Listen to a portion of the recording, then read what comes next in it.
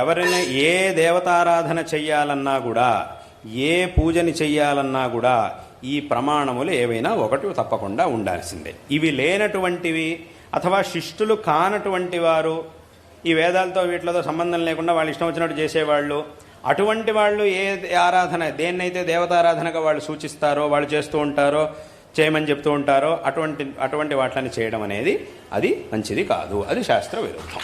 కాబట్టి దీన్ని అందరూ కూడా స్పష్టంగా తెలుసుకోవాలి.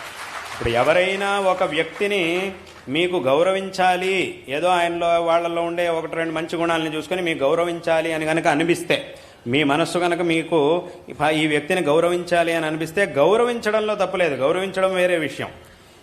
ఒక వ్యక్తిని గౌరవించడం వేరు, అదే వ్యక్తిని దేవుడితో సమానంగా పూజించడం వేరు. రెండిటికి అజగజాంతర వ్యత్యాసం ఉంది, రెండిటికి చాలా తేడా ఉంది. మాకు గౌరవించాలని ఏదో మంచి గౌరవించడం, ఎవరినైనా గౌరవిస్తాం. ఒక మంచి మనిషి గౌరవించాలంటే ఏం కావాలి? ఆ మనిషిలో మంచి లక్షణాలు ఉండాలి.